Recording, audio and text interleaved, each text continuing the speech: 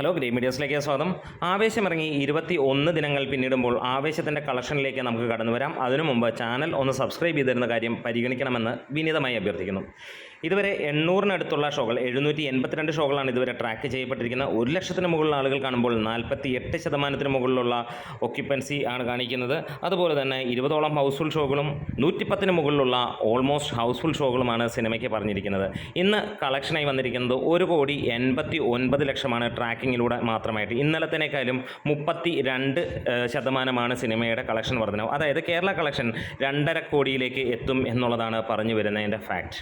അതായത് ഇന്നും world wide ആയിട്ട് സിനിമ 3 കോടിക്ക് മുകളിലേക്ക് എത്തും. ഇതോടകം തന്നെ 128 കോടിക്ക് മുകളിലെത്തിയ സിനിമ ഇന്നത്തെ കളക്ഷനോടെ 132 അല്ലെങ്കിൽ 131 കോടി എന്നുള്ള ആ ഒരു പൊസിഷനിലേക്ക് എത്തും.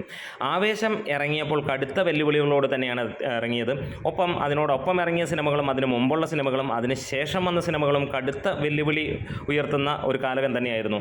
ആടുജീവിതം, വർഷങ്ങൾക്ക് ശേഷം Manjummel boys, Premalu, ഗോഡ്സില, Pavi caretaker, Malayali from India, ഇത്രയും സിനിമകളെ കടത്തി വെട്ടിക്കൊണ്ട് അടിച്ച് നിലംപരിശാക്കിക്കൊണ്ട് തന്നെയാണ് ഈ സിനിമ ഇന്നും കുതിക്കുന്നത്.